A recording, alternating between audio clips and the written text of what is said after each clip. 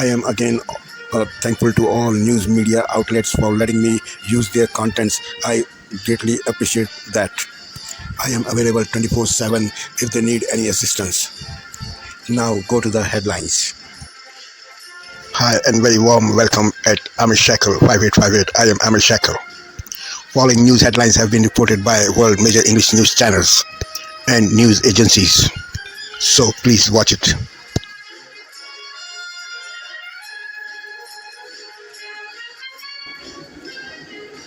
Tonight, the group chat bombshell, some of America's top leaders texting candidly and sharing sensitive military strategy with a group that included a top magazine editor. The Secretary of Defense, the Vice President, and more debated military options before the raid on Houthis in Yemen. What the President is saying is lawmakers are outraged, some calling for an investigation, and what the editor-in-chief, who was accidentally included, is telling us now. The legal battles from courtrooms to top law firms, the hearing over whether the Trump administration can deport migrants under the Alien Enemies Act. Laura Jarrett and why it's likely headed to the U.S. Supreme Court. It's barely spring and wildfires are threatening the Carolinas. A state of emergency and evacuation orders underway. Our team in the fire zone. The incredible discovery after a plane goes missing in Alaska. The real-life rodeo on a highway near Houston after steers got loose from their trailer. 23andMe bankrupt, once worth billions. What you need to know if you're concerned about the safety of your data. And our sit-down with baseball superstar Juan Soto, who led the Yankees to the World Series. Why the Mets have 765 million reasons they hope he can do the same for them. This is NBC Nightly News with Lester Holt. Good evening and welcome. An apparent national security breach that included group text exchanges among top Trump administration officials about U.S. war plans in the Middle East is raising alarm bells tonight. The story broken by the editor-in-chief of the Atlantic magazine, who in an article published today describes how he was accidentally added to a discussion group of the U.S. response to Houthi rebel attacks. Jeffrey Goldberg reporting he received the text by way of the encrypted messaging app Signal that appeared to come from Vice President Vance, along with Secretary of Defense Hegseth and Secretary of State Rubio, among others. The messages the Atlantic reports include precise information about weapons packaging, targeting, and timing. Information the magazine reports appeared to be accurate. Tonight, the National Security Council acknowledging the account appeared to be authentic and that it is trying to learn how an inadvertent number was added to the thread. Andrea Mitchell has much more.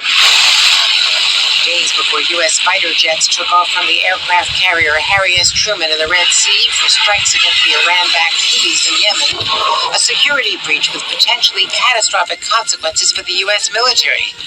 Details of the U.S. war plans shared in real time with the Atlantic's editor-in-chief Jeffrey Goldberg by accident on the unclassified commercial messaging app Signal.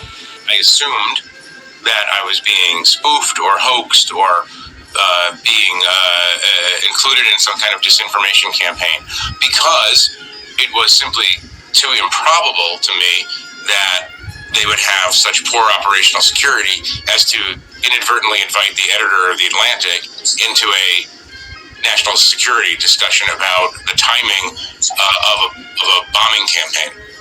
But it was deadly serious.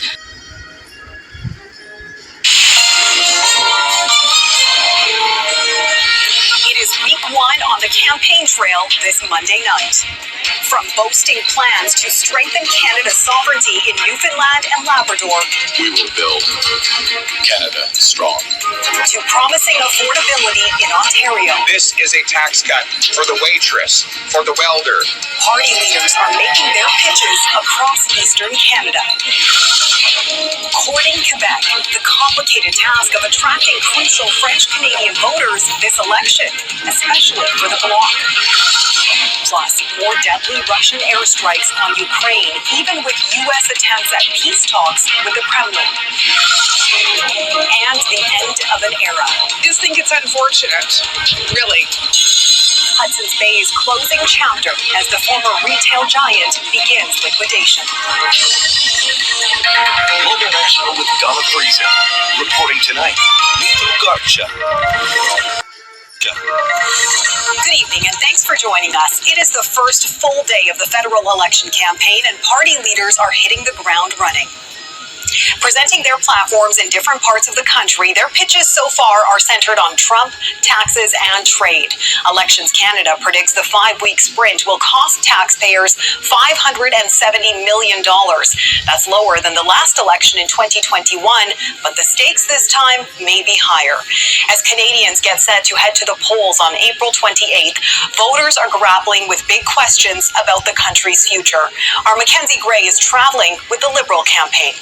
A trip to the airport in Gander, Newfoundland served as a backdrop for Mark Carney to underscore what the Canada-U.S. relationship once was. President Trump's actions have put that kinship under greater strain today than at any time in our storied history. September 11, 2001. The Liberal leader lamenting a connection previously built on Canadian generosity personified in Gander after 9/11. We're in Gander. With the skies closed, 38 planes were grounded, stranding thousands of Americans who found warm meals in comfy beds. Welcome to my home. In the homes of Gander residents like Beulah Cooper and Diane Davis, who welcomed in complete strangers. I took 3 ladies over, and one of them teared up. And I asked her if she was okay. She said, yeah, she was tired. So I said, would you like to come to my house for a good night's sleep? And she said, I'd love to. It was only the right thing to do. The Liberal leader met the pair, whose stories featured in the musical Come From Away, an example of the Canada-U.S. relationship that Carney wants back. You would expect, given what these people have done and the long history, you would think respect and friendship for Canada. I'm just looking for respect at this point. Respect that includes Donald Trump not talking like this. Canada should be our 51st state. If you look at a map, they drew an artificial line right through it. Positioning Carney as the best person to take on Trump is the central strategy of the Liberal campaign, but he's yet to actually do so. All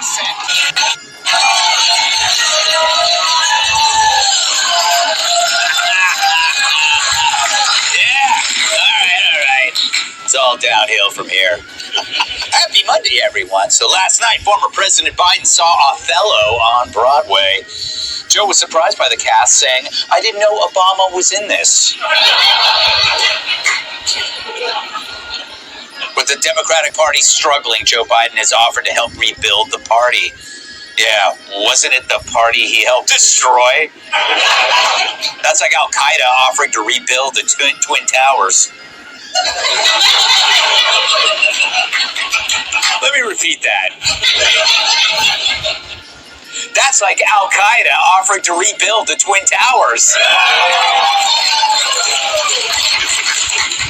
I love you people.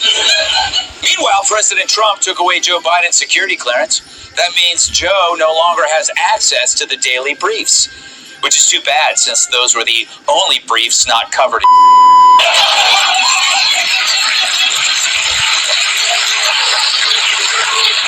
I'm going to smooth this plane out. After saying his attacks on Tesla were just a joke, Tim Walz said that Republicans have no sense of humor. I don't know, Tim. Millions of us laughed our asses off on election nights.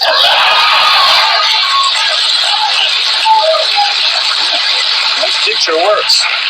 A New York woman fell flat on her face after trying to snatch a MAGA hat off a fellow subway passenger. In her defense, she was already pretty drunk. All right.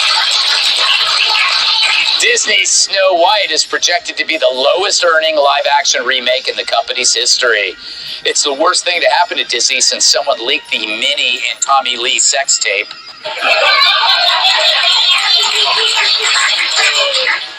DoorDash will soon allow customers to pay for food deliveries in several installments.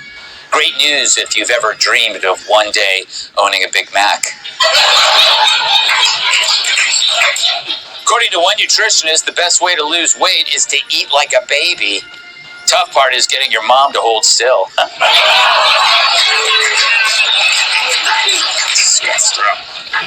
The White House is seeking logo and branding sponsorships for this year's Easter egg roll.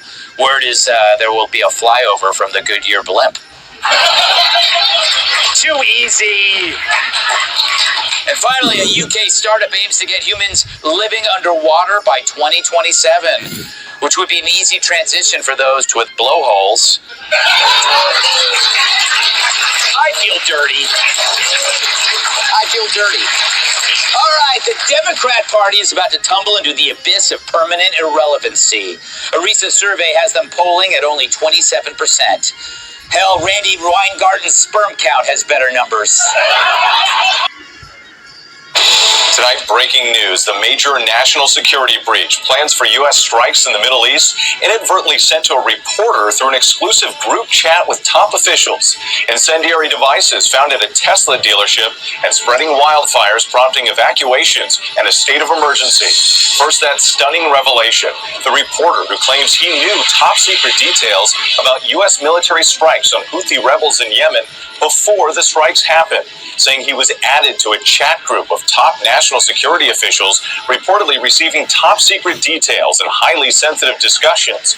Also, the initial opposition to the plans from Vice President J.D. Vance. Martha Raddatz with new reporting. The FBI now launching a task force to investigate the targeting of Tesla property by vandals, at least 48 incidents nationwide. And now authorities looking into multiple incendiary devices found at a Texas dealership today. Severe weather hits the east as tornadoes slam the south. A state of emergency and mandatory evacuations declared along parts of the East Coast. The extremely dry conditions fueling wildfires from the Carolinas to New Jersey. The tragic death of the son of a former New York Yankees star. The statement from one-time World Series champ Brett Gardner on the loss of his 14-year-old son while the family was on vacation in Costa Rica. A former University of Michigan coach appears in court pleading not guilty, accused of gaining access to personal information and medical data of thousands of student athletes. And tonight, the new lawsuit. And we celebrate 45 years of our friends at Nightline, from their beginning during the Iran hostage crisis that gripped the nation to the memorable and history-making stories and interviews. From ABC News World Headquarters in New York, this is World News Tonight with David York. Good evening. Thanks for joining us on this Monday night. I'm Wade Johnson in for David. We begin tonight with a stunning breach in national security involving the ongoing, highly classified U.S. attacks targeting Houthi rebels in Yemen. The details reportedly discussed openly over a group chat on the unauthorized Signal app among members of President Trump's national security team. A journalist mistakenly invited to the group. The U.S. bombing campaign against the Houthis now in its 10th day. The Trump administration targeting the Iranian-backed rebels who have long been threatening Israel and cargo ships in the area. The Atlantic now revealing its editor-in-chief, who was invited to join the group chat, says he was included on all the sensitive information hours before the military strikes began. Vice President J.D. Vance, Defense Secretary Pete Hegseth, top cabinet officials and national security leaders all texting about the plan. President Trump pressed about the report following today's cabinet meeting, saying he didn't know anything about it. Meanwhile, on Capitol Hill, lawmakers on both sides demanding answers. ABC's Chief Global Affairs Correspondent Martha Raddatz leads us off. From CBS News headquarters in New York, this is the CBS Evening News. Good evening, I'm John Dickerson. I'm Maurice Dubois. We begin tonight with a question. How on earth did this happen? This is an extraordinary, potentially dangerous, and without a doubt embarrassing breach of national security. A journalist was inadvertently included on a text message chain in which the president's national security team was planning an attack on Yemen's Houthi rebels. Then, on the day of the attack, with the journalist still included in the text message chain, the Secretary of Defense spelled out exactly how it would play out 2 hours before it did. This all happened on an encrypted text messaging service called Signal, which is not approved for sharing classified information. Ed O'Keefe is at the White House with more about the security breach and the president's reaction tonight. Ed? Good evening. The senior officials on the group text debated whether or not the U.S. should strike Houthi targets and swap details of the airstrikes. The details so sensitive. The reporter who accidentally received it all opted not to publish them out of concern for national security. The U.S. bombed Houthi rebel positions in Yemen on March 15th in response to the group's continued attacks on commercial shipping vessels in the Red Sea and missile strikes against Israel. Classified details of the U.S. attack plans were first shared 2 days earlier with Jeffrey Goldberg, editor-in-chief of The Atlantic magazine.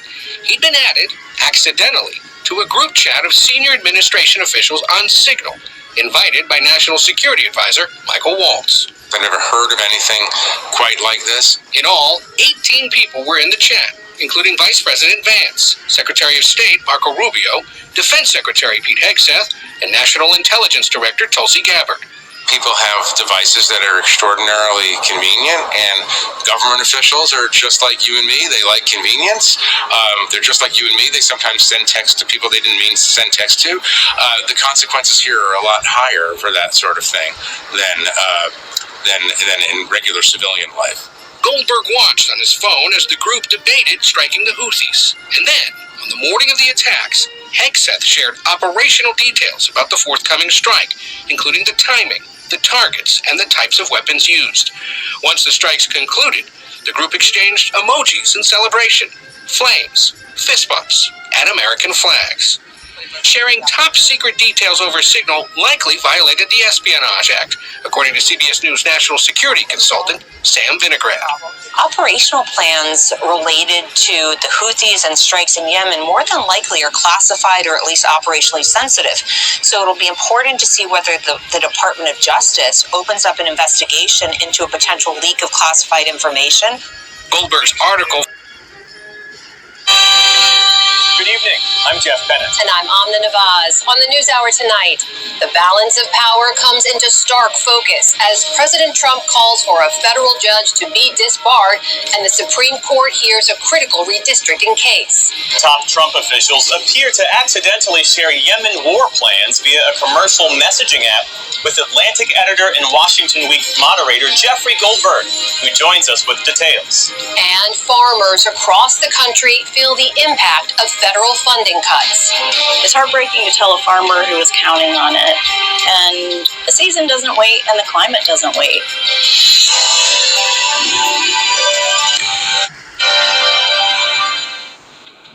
Welcome to the NewsHour. In a U.S. appeals court today, the Trump administration challenged a federal judge's decision to stop the deportations of alleged gang members using a rare wartime authority. The three-judge panel has yet to rule, but there was one apparent point of consensus among two of the judges, agreeing the judiciary does have the authority to review President Trump's actions. It's the latest chapter in the ongoing showdown between President Trump and the judiciary. Our White House correspondent Laura Barone-Lopez joins us now with the latest. So, Laura, this was a nearly 2-hour-long hearing in this D.C. appeals court on the Trump administration's use of this centuries-old Alien Enemies Act. What stood out to you?